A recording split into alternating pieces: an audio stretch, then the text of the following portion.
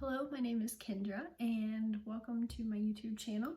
If you've not been here before, I like to do insect videos or devotionals about Jesus. Today we are going to do a devotional.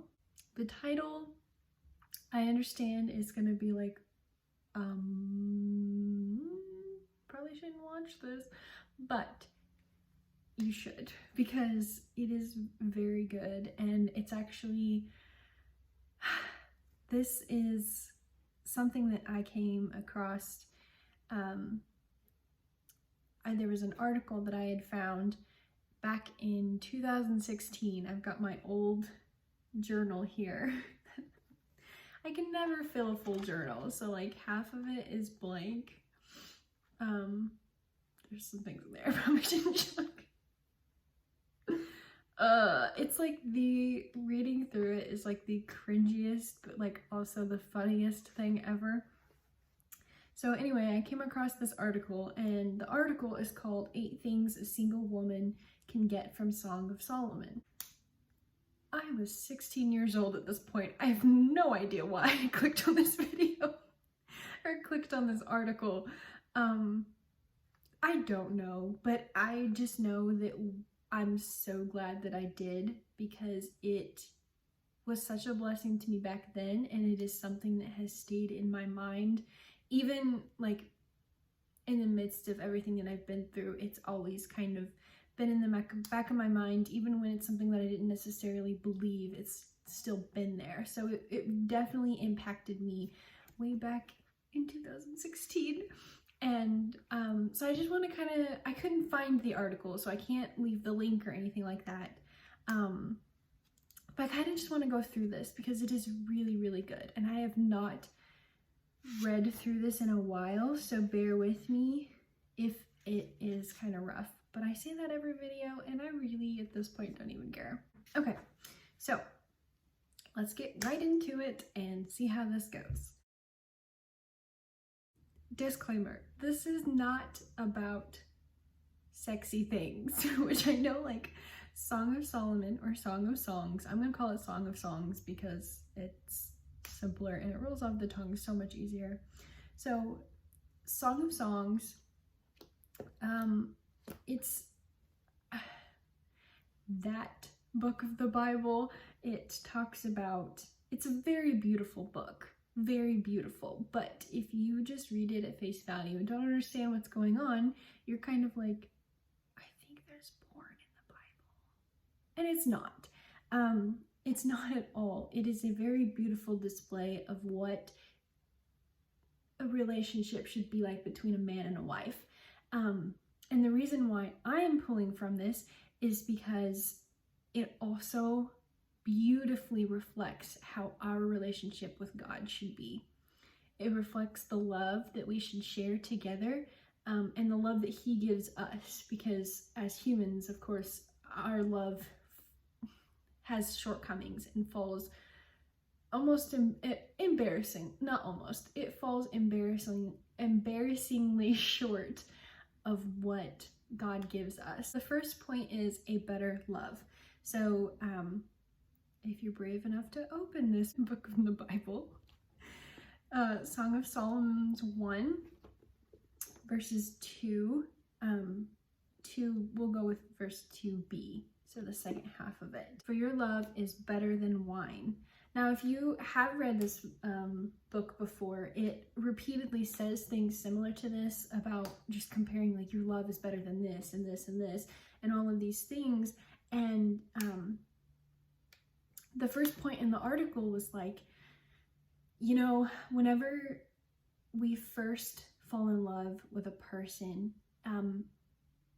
there's that rush, there's that giddiness, there's the butterflies, and everything is exciting and new, and it's amazing to fall in love with somebody. And if you're not careful and you don't cultivate that, it can grow stale and stagnant. Love is not something that just comes. It comes naturally, but to sustain it, you have to work. You have to maintain it and keep track of it. So it's the same with God. When every time that I have re-fallen in love with God, and I'm ashamed to say it's been multiple times, I wish I could just sustain it, but I am very human. Every single time, it is the sweetest and purest thing I have ever felt in my life. And just like this one version says, for your love is better than wine, and another one says it's sweeter than wine. And it's so beautiful. But if we're not careful, it can become stagnant. In this article, it says, as time goes by, the thrill of your romance with God fades. And yeah, it gets to that point. And I'm not saying it also always has to be. No, I am saying it like we should be actively seeking more. There's a new song that we've been singing at church. I think the name of it is Heaven Come or something like that. And there's a line in it that absolutely gets me every single time. And it just says, deep is calling deep again. And God just wants us to push further and further and further into his love and grace and goodness and all the things that he is. He wants us to be in as deep of a relationship with him as we possibly can be. The second point is come away. So in chapter 2, verse 10, it says, my lover said to me, rise up, my darling, come away with me, my fair one. To sustain that love, to sustain that deep calling deep again and keep going further and further with our relationship with God, we need to spend time in his presence. That is something, it's kind of frustrating to me because, it's something I struggle with. And that is frustrating to me because every time I'm in God's presence, I'm like, God, I don't want to leave. I just want to stay here forever. And as soon as I leave, I'm running right back to old habits, old sins, old things that used to captivate my attention that shouldn't anymore. And that's something that I'm actively struggling with. It's not just like, oh, yeah, I'm over that. No, it's still happening. But this says, like the man to the woman, we receive a gentle tugging of the Holy Spirit to spend time in his presence. There's no greater place. And I want to be there as much as I can, but I am flesh. And I am still working to kill my flesh. And this week is different for me. I've been feeling his tugging and not ignoring it as much as I used to. Add that little disclaimer there. But in his presence, that is where we get to know him. That's where we get guidance and comfort and love. And that's where he takes care of us. And ideally, we need to be constantly in his presence. But again, we are very human and we fall short of that expectation that we set for ourselves. Honestly, God wants us to be there, but I feel like for us it's more of a, I have to be as good as possible. But here it's just like in his presence, it's a safe place. And so often in this world, we do not have safe places. And so often in this world, we have places where people betray us and there's fear and hate. And just in his presence, it's all quiet and beautiful. Next point, don't stir up love. It says, do not stir up love nor awaken it until it pleases. This one, it's been a long time since I went through and read these. And they are points that I wish that I would have taken to heart even more. Like I said at the beginning, like this was always something, this was something that impacted me greatly, but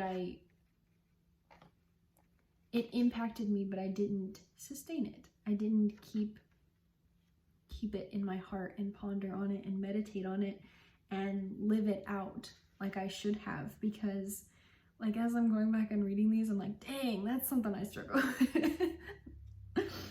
So waiting on God's timing, waiting on the green light that the person is supposed to be the one for you, that is something that I have never gotten right, ever. Even when I was so sure that it was God's will, it was not. And even when I knew it wasn't God's will, I made it my own will and ended up worse off than if I would have just left it alone.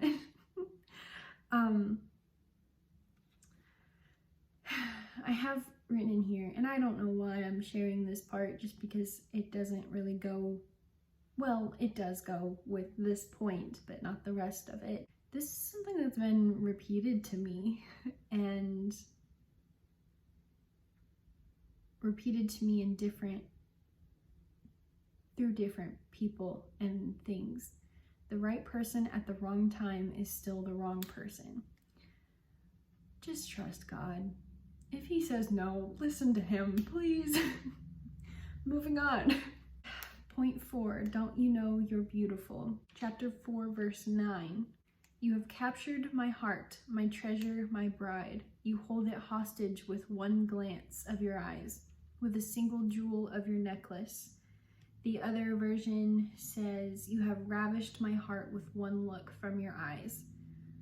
Now, I know as a girl, like all of us want someone to feel that way about us, but that's how God feels about us. He thinks that we are the absolute most beautiful thing he has ever seen.